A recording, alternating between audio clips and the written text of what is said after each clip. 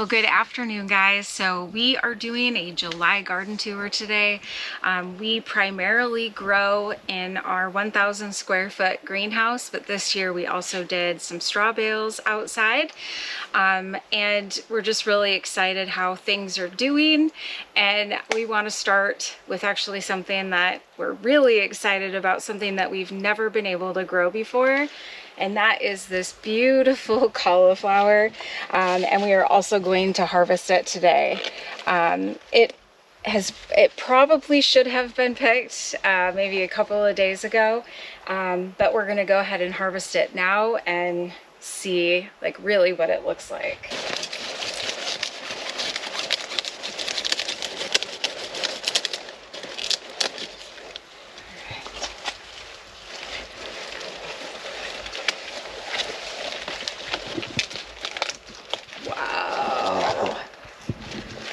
Look at how big that is.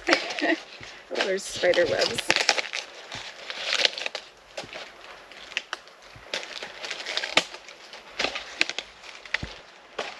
So it was starting to change color just a little bit, but that's okay. And it is separating just a smidge.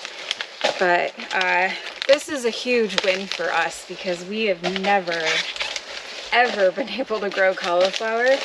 And this is pretty awesome. This is self-blanching, so the leaves curl over and protect it from the sun. And yeah, this is pretty awesome. So the next thing is our zucchini. It was only supposed to be 4 plants, but when we put the seeds in, we put multiple seeds in and more than one plant came up, and we just have such a hard time thinning out our plants. But this is a dark star zucchini. This has been really doing really well for us. We've actually harvested a lot of zucchini already, and it's been so nice to have fresh produce from the greenhouse. This was a new variety for us. Let's see, what is this one called? The label is all smashed down. I think it's the Genovese zucchini. Yeah. And this one is kind of almost like a grayish colored zucchini. This has also been really nice. And we are still, even though we're a little bit further in the season, we're still having problems with some of the zucchini not being pollinated. But we actually have, I don't know, like 10 zucchini on the counter inside the RV. So a little break has been kind of nice. And then we actually have a patty pan here. It's a yellow scallop squash. And we actually have one right here that is ready to harvest. So let's go ahead and get that. I don't think we've ever grown one that looks like this before, so that's so cool. And then we also have our favorite, which is the Costata Romanesco, and we actually have a really nice one back here that is ready. We like to pick them right about this size. If I can reach it. And they are like the perfect size for Levi and I to eat. So as you can see, our ground cherries are doing really well. We have lots of fruit on here and we've been eating them. If you watched our last video on the house build, there was a surprise in one of them, an earwig. But one thing that we are actually dealing with right now is mice. So the mice are coming up into the bed and they're eating the little ground cherries that have fallen onto the dirt. So we'll have to do something to take care of those, but we're still really happy with how they're doing here in the garden. And then behind me here, we have our cherry tomatoes, and we have ones that are ready. So we have been waiting to pick these, And this is midnight snack, and I am going to eat the first cherry tomato of the garden. All right. Wow. Wow. Levi, do you want the other one? No. Levi doesn't like tomatoes. I do, just not the pop it in your mouth tomatoes. So we actually did harvest our first slicer tomato a couple of days ago. It was a Cherokee purple, and we made BLTs with it, and it was really wonderful. So I'll put a picture of that tomato up on the screen. There's definitely a lot of tomatoes. This was a sucker that got away from us that we need to tie up. And all we do is we just use the green. It's just kind of this soft green, I don't know what you would call it, ribbon or something. And then we just kind of find a good place to tie it. And I don't do it too tight because I want the plant to be able to continue to grow up. And Plus then you want to untie them for next year. Yeah. So, yeah, I mean, look at how tall these are getting. Today is July 21st, so we still have a lot of time. We might end up having to top the tomatoes because they'll end up hitting the roof of the greenhouse. But let's head this way. And here we have our melons. They are doing so well. We even have little sugar baby watermelons here. And one thing that we're super excited about is our Kajari melons. And we even have one here that is, I don't know, a nice size. So they're doing so well. And we even have little cantaloupes starting to, I think that's a cantaloupe. Yep. Nope, that's the Kajari still. This is the cantaloupe. And then over here we have our peppers. And if you were here with us last year, our peppers never really produced anything for us. This year they're doing so much better. In fact, we have ones that are almost ready to harvest. This is a big red bell, so we are going to let this go a little bit longer and see if it'll get some color on it. This is the Emerald Giant, also has lots of peppers. And this is a mini bell, and it is just loaded with little mini bell peppers. And in fact, we could harvest that one. It's the perfect size. But you never know what color it could be. Some of them are like a chocolate color, red, yellow, green. So I always like to wait a little while and see what happens. Sometimes they don't change, then you just pick them. And a lot of our hot peppers here, our Serrano is doing great. We have lots of blossoms on it.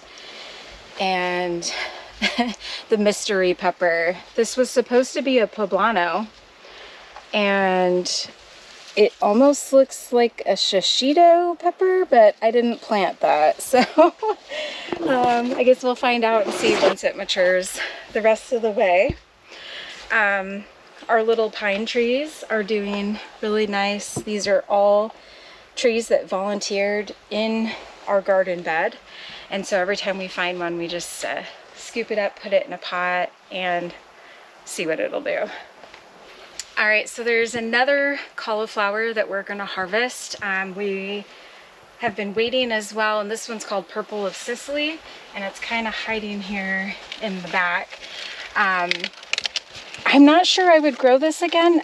Maybe it's supposed to look like this, but it's just a little bit different. It's very separated, not a tight head like the other cauliflower.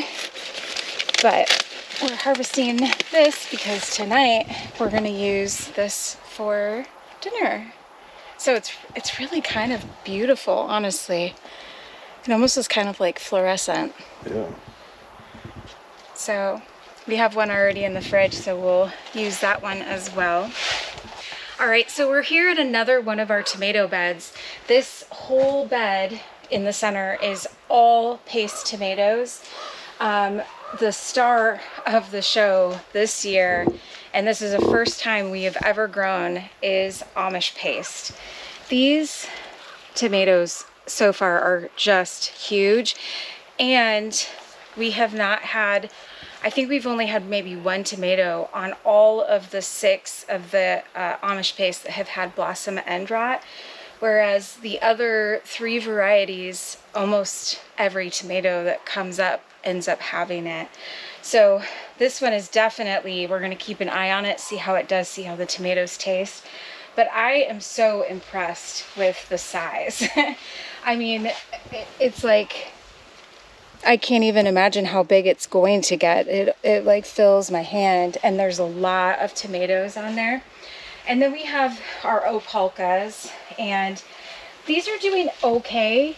They're definitely not as big as the Amish paste. I know I saw a few tomatoes, so like here, this one has blossom end rot, and same with over here. This is a cream sausage.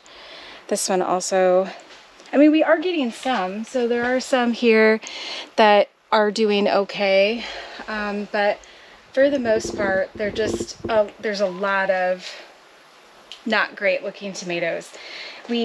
Sad. It is. Especially since, you know, we spend the time watering them. Obviously, they are growing amazingly, and I know that with blossom end rot, it's usually a calcium deficiency, but it can also be, you know, a watering issue. So we are trying to do both. So we did amend the soil, but we also have bought a it's called Rot Stop, and it's a foliar spray. We're just waiting for our new sprayer that we just bought to come, and then we'll take care of that and see if it helps. But you know, there's some sad stuff going on, but then over here with our slicers, this is a pink jazz, and I mean, it's just huge. It's beautiful. So we're having, you know, some, like I said, sad stuff, but really exciting things happening in other areas of the greenhouse. So here we have our green beans. We have a few different varieties growing here. In fact, right here, this is a yard long bean, and look at how beautiful those are. This, you could pick them at this stage, but we'll let them get a little bit bigger, and they are wonderful. And then sorry, there's so many choices to go through. This is an Italian bush bean, and I've mentioned in the past that our daughter-in-law got me the seeds for this when she was stationed in Italy. And we have already been harvesting a lot of these beans. Let me see if I can find a really nice one. I think I harvested them all the other day. Right by the tag. Oh yeah, that's a pretty good one. So it's, you know, kind of like a Roma style. This one's a little funny looking, but these are really cool because you can eat them like a green bean now. You can wait a little longer and shell them and eat the beans from the inside, or you can let them dry and use them like a pinto bean. So it gives you a lot of options on how to use these, and they're really, really wonderful. And then we have this bean here. This is called a Maxibel haricot or haricot bean, and these are really thin, kind of French style green beans, and these are wonderful as well. So we were really excited about how we planted out this bed, and that was, we kind of like alternated the crop, and we would do onions in between brassicas and celery and different things like that. And our hope was that it would keep the voles away, which we haven't had any vole issues. But what happened was the cabbage or all of the brassicas got so big that they pushed the bean or the onions over. And so, you know, once it bends like this, the onion stops growing. So we will still be able to use these. Most of them will be as a green onion, and that's okay. But we'll just make sure we don't plant that way next year. That's the neat thing though about trying different things, is you learn what works for you and what doesn't. And obviously this one didn't. But these onions right here, this is the Alyssa Craig onion. And these, we had to kind of tie them up a little bit just to help them from falling over because our winds are so bad. But they are bulbing up nicely, and hopefully they'll get nice and big.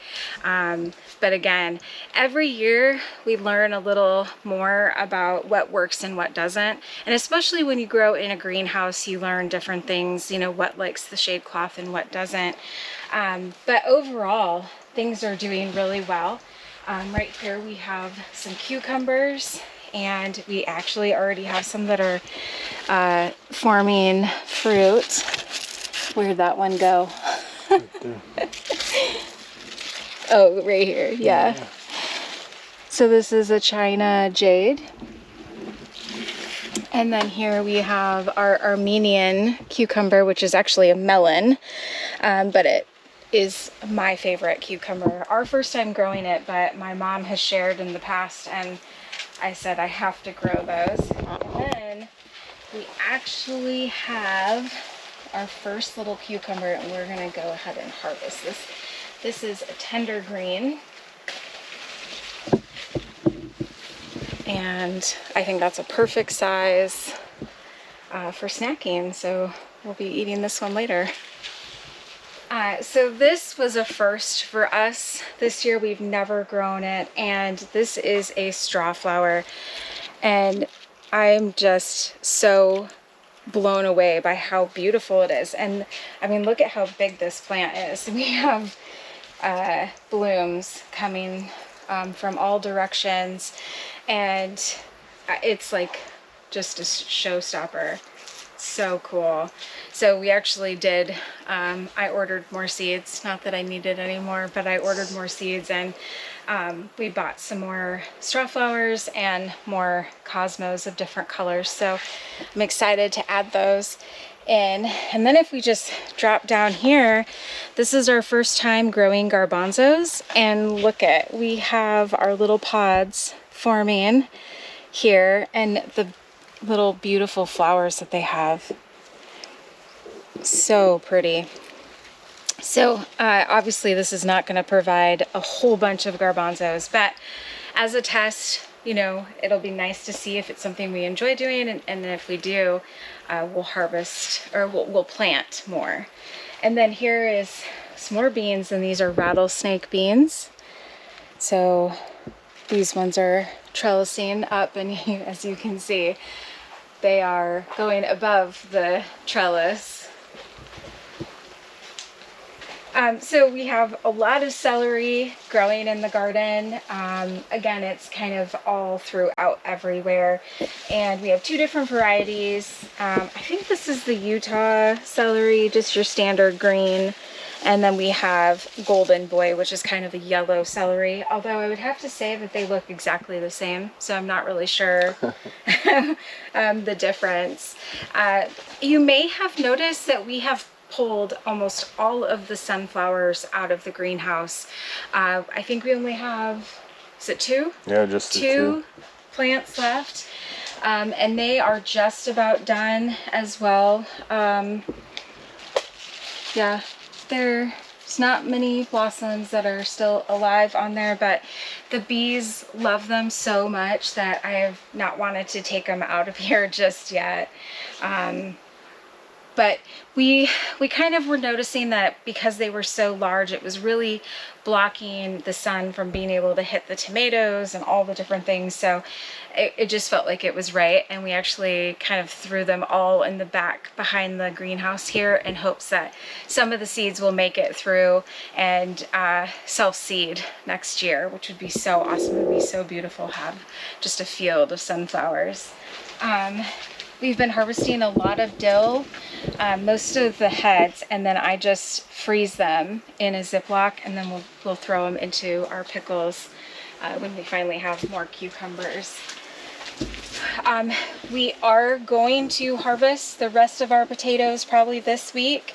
And then if you look at right here, we actually have another little pine tree popping up here in the garden bed. But we're not going to do that tonight because we actually have a really yummy dinner planned and we don't need potatoes for that. We have some stuff that I feel like is just taking a long time. I don't know if any of you have experience growing like sprouting broccolis and things like that. They just haven't done anything, just a lot of leaves and nothing forming in the center, but we'll let them go a little bit longer. Our kale is still doing wonderfully. We eat a lot of it and the chickens get a ton of it as well.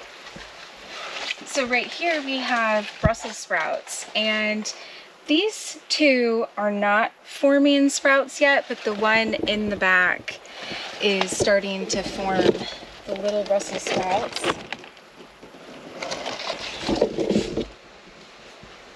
We have some really beautiful fennel here. It's probably about time to harvest this as well. And then here's some more beautiful Amish paste tomatoes. And then a little bumblebee taking a nap in the zinnia.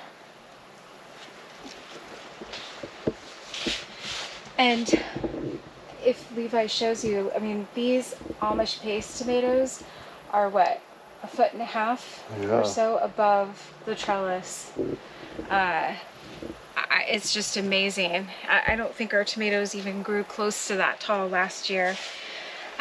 Earlier today, we actually came in here and took out a couple of cabbages.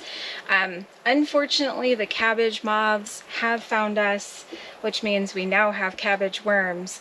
And we're just kind of like taking stuff out as we need to. Chickens, well, let me back up a second. For some reason, the cabbage was like rotting inside. We don't water into the head, so we're not really sure why that happened, but it wasn't really salvageable, so we took those two big Savoy cabbages and gave them to the chickens, and I'm telling you, they loved it. Oh, it's even their favorite. Yeah, the chicks too, they were eating at it and it was wonderful. But so here's actually a good example of damage from the cabbage worm. I did remove the worm and it hasn't done any more damage, so we'll keep an eye on it, but we're still getting nice heads of cabbage forming. And this thing is huge, and it's, I mean, the bugs do not seem to like this mammoth red rock cabbage. So between this and the early Jersey Wakefield, these are probably going to be the varieties that we will grow from now on. The Savoy cabbage, I don't know, I might do like a test next year, or just do one more to see if it was just kind of a fluke, but I'm so impressed with how these ones are doing. We have some more dill here and snapdragon that is definitely ready to come out. It's pretty cool though. So this is where one of the blossoms was, and if I shake it, those are all snapdragon seeds. Wow. Look at that, just from one little There's probably 100 on that. yeah, Oh, there's, Maybe more. yeah, there's definitely more. But, I mean, we would never need to buy snapdragons again. And in fact, over by the peppers, we had snapdragons there. And I can see that there's some little seedlings popping up from the seeds that fell. So I definitely need to go through and harvest a bunch of these seeds and then take the plant outside. Speaking of snapdragons, we just got these seeds this year, and oh my goodness, this is called Rembrandt. We bought these seeds from Baker Creek, and I think they are so beautiful. The colors are amazing. So that'll definitely be one that we save seeds from and grow all the time.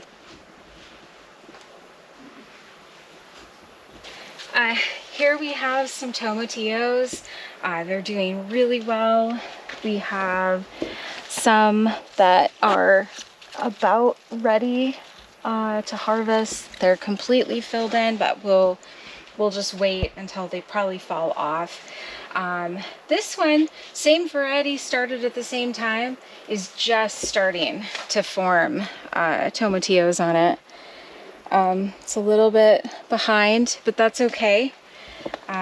We can always just freeze the tomatillos for later when we want to make like a big batch of salsa verde. All right, so here is one side of our straw bale garden, and I will say that they are definitely struggling. A lot of this stuff was planted around the same time that we started the stuff in the greenhouse, and I'm just thinking that maybe the bed or the straw bales just weren't conditioned enough yet.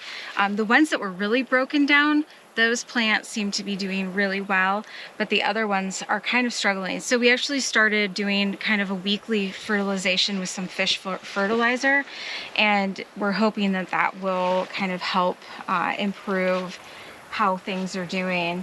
And here's another one of those really beautiful Rembrandt snapdragons. So just some tomatoes that we threw out here because we had them left over. We have some cucumbers here, and we actually planted some seeds from this year's marigolds into the straw bales, and they actually germinated. We've never been able to have that happen, so that was pretty awesome. And then, I don't know, have any of you had experience with bumblebees building like a hive inside a straw bale? So we actually have bumblebees in this straw bale here. They have an entrance here, and I don't know if we'll be able to hear, but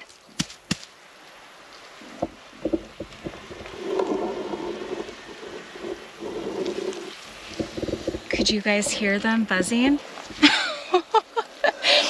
Here's a little honey rock. Is that a cantaloupe? I think it's a cantaloupe. We come out here every day, but sometimes you just don't, see them. Some more marigolds and tomatoes. This is a dark orange muscat, and it's getting close, but not quite there yet. Oh, but look at this one. Okay, so this is, I don't know, maybe it needs a little more time. Yeah. This is a honey bomb, and I had bought tomatoes at the grocery store, and they were so good, so I saved the seeds. So this will be a true test to see whether or not they taste as good as the other ones. I really want to taste it, but I think we need to wait a little bit longer. We have some Cape gooseberries here that look like they need a little fertilizer. And another honey rock, some more marigolds, and then this sad watermelon plant. I'm not sure that these are going to do anything, but we'll keep trying. We mentioned when we started these straw bales that this was our first time, and we're definitely learning, but it's been really cool. And it actually rained today, which we haven't had rain in months. And just a little bit ago, it was like pouring behind us. It didn't come this way, but it's nice to be able to have the straw bales watered by the rain and not by us. Let's head over to the other side. So we are on the other side of the greenhouse now, and this is where like our winter squash and pumpkins are. We have quite a few different varieties, and some stuff like this one is a mystery to us. We don't know what it is, and it hasn't produced any fruit yet, but we should know as soon as that happens. We have, like I mentioned, pumpkins, and we had a lot of acorn squash that finally germinated, so we ended up just plopping it into places that were empty. So hopefully we'll get a good harvest of acorn squash. So like I mentioned, some stuff is not doing the greatest. In fact, this looks like it's got like powdery mildew on it. But this, as you can see, this straw bale is very broken down, and these plants look amazing. So hopefully next year we'll be able to use these straw bales again, and we'll have better luck. We actually have some little spaghetti squash growing. This is pretty awesome. And they grow so fast every day. So, and I mean, I don't know if we should have just taken them off because these plants are so small. We'll just have to see. Long Island cheese, which is a really great dual purpose type pumpkin. This is the Jardale. And this is the Delicata, and then big, like red warty thing, which I'm super excited about. I love all those weird bumpy pumpkins. There you go.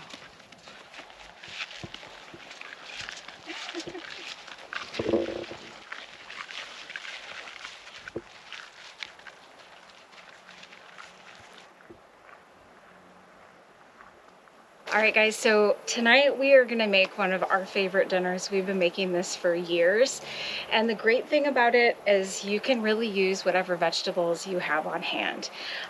Some of the stuff grew in the garden, some of it's not ready yet, so we bought it at the store. But we were making like a really yummy sheet pan chicken dinner with, you know, it's all roasted, and this time we're gonna actually do it in the Traeger. We've never done that before, but it's always nice to utilize this, especially during the summer months. So first thing we have to do is turn the Traeger on.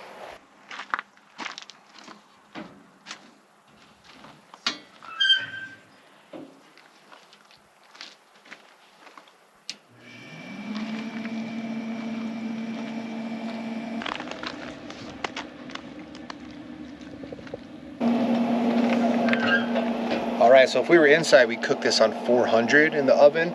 Since the Traeger doesn't have that, we're just going to go on high, and we'll just hope for the best. It says 450, but it's not going to get that high because it's kind of cool today. Alright, so while we're waiting for the Traeger to heat up, and then before I start prepping all the vegetables, we're going to have a beer. And tonight's beer is Elysian Space Dust IPA. One of our favorites. It is one of our favorites.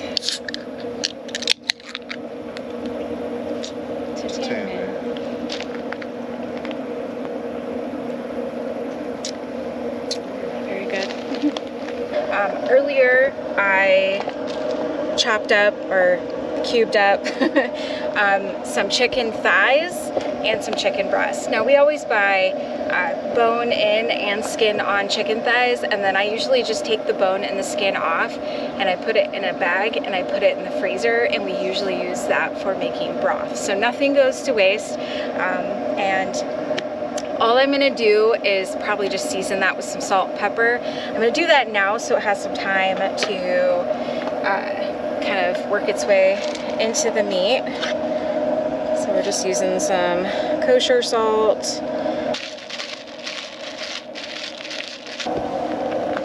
Just give that a mix. I would say I probably have about, I don't know, 2 to 2.5 pounds of chicken here, but you can definitely scale down. You don't have to make a this much food, but we love to cook and have leftovers for during the week when we're really busy working on the house.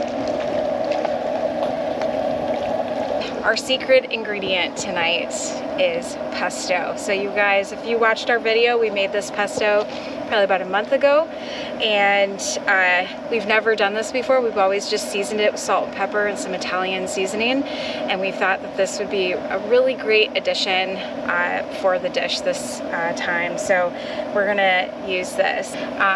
We are also using mushrooms, a bunch of bell peppers, red onion, and tomatoes, and it is so good. You guys have to make this. So I'm gonna start chopping up all these vegetables.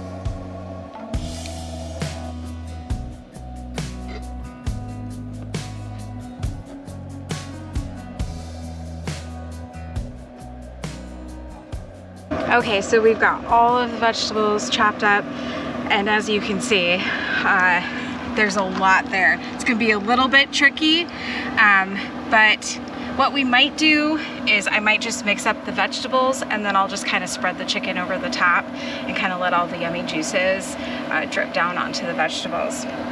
I am gonna do a little bit of olive oil on to kind of coat the pan and the vegetables.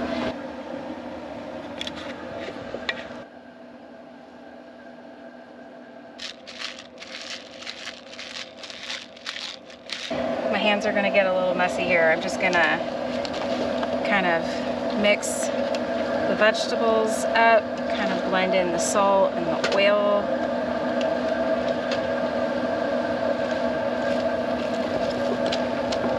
Whoopsies, casualty. Oh.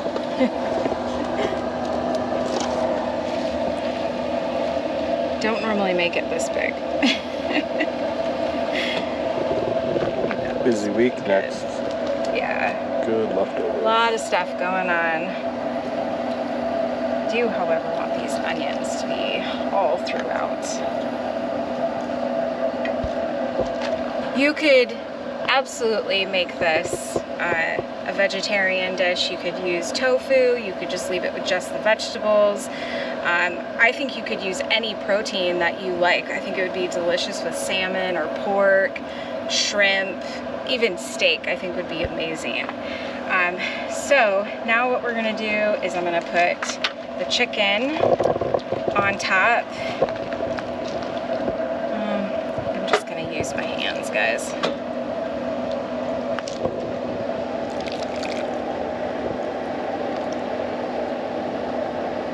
What you doing, Mr. Maker? Hi. Leave it. Yes, good boy. All right, I'm gonna wash my hands up, and then we'll finish by putting the pesto on top.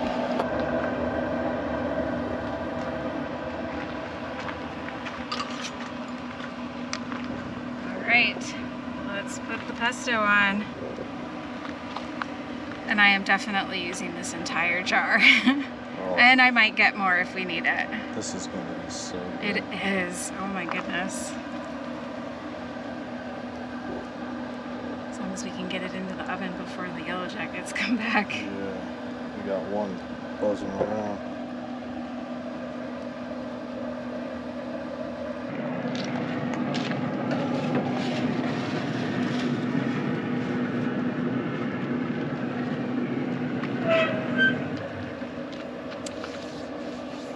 So I'll keep an eye on it. I'm not exactly sure how long we'll need to go. It's usually about 25 minutes. So we'll check on it in just I don't know, maybe 15, 20 and see how it looks.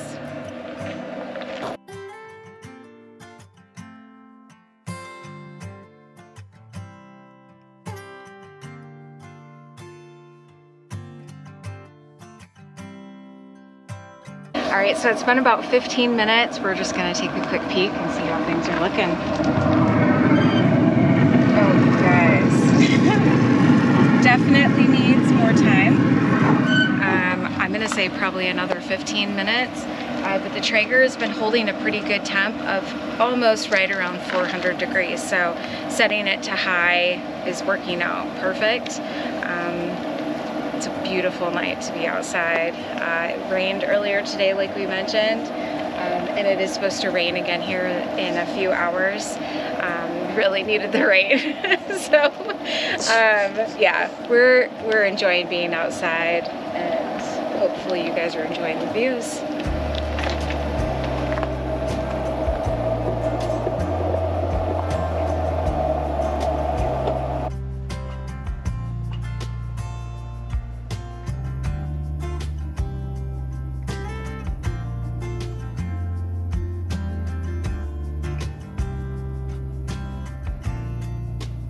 All right, it's kind of cooled off outside a little bit, so threw on an extra layer, but this bread we actually bought at Trader Joe's.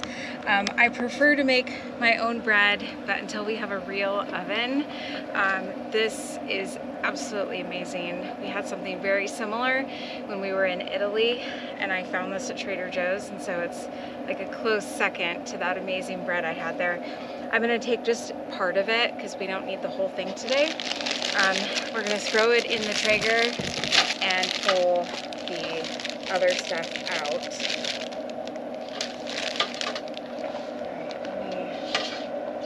Glove up. Yeah, glove up, it's hot. All right, guys. Oh my goodness.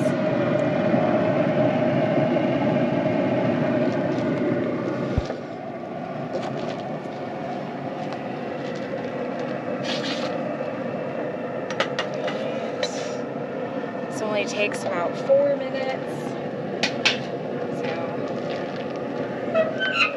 we'll let that go, but I'm gonna give this a nice stir so all that pesto can go all over everything. Oh my goodness. Oh, it smells amazing. It smells so good.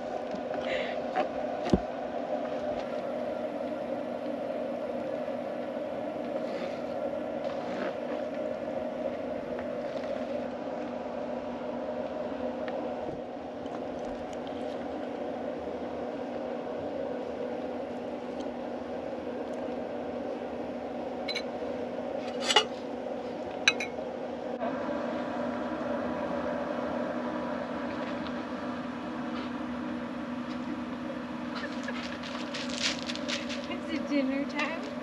Yeah, come here. Yeah. Just a minute, okay? Okay.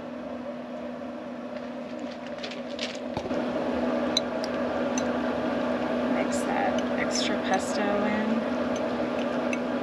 We'll have to decide if we like it this way better.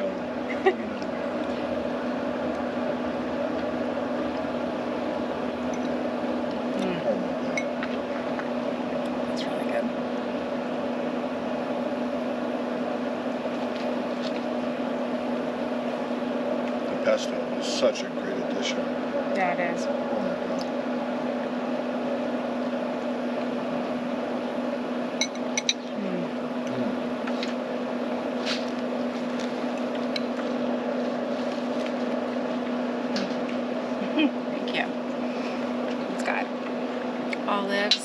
inside of it. Now, this one has black olives, but the one in Italy had green.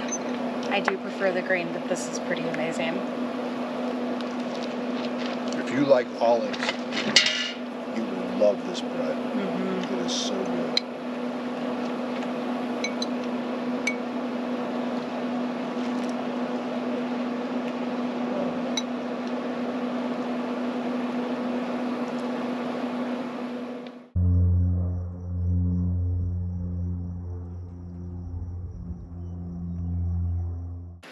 So with all of the zucchini we've been getting out of the garden, I did make some zucchini bread.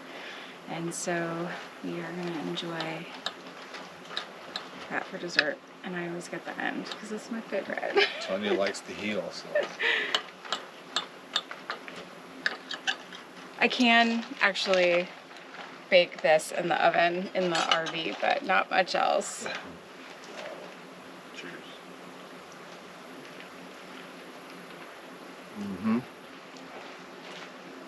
Walnuts, chocolate chips, Yeah, there's little mini chocolate chips in there. and a whole bunch of zucchini.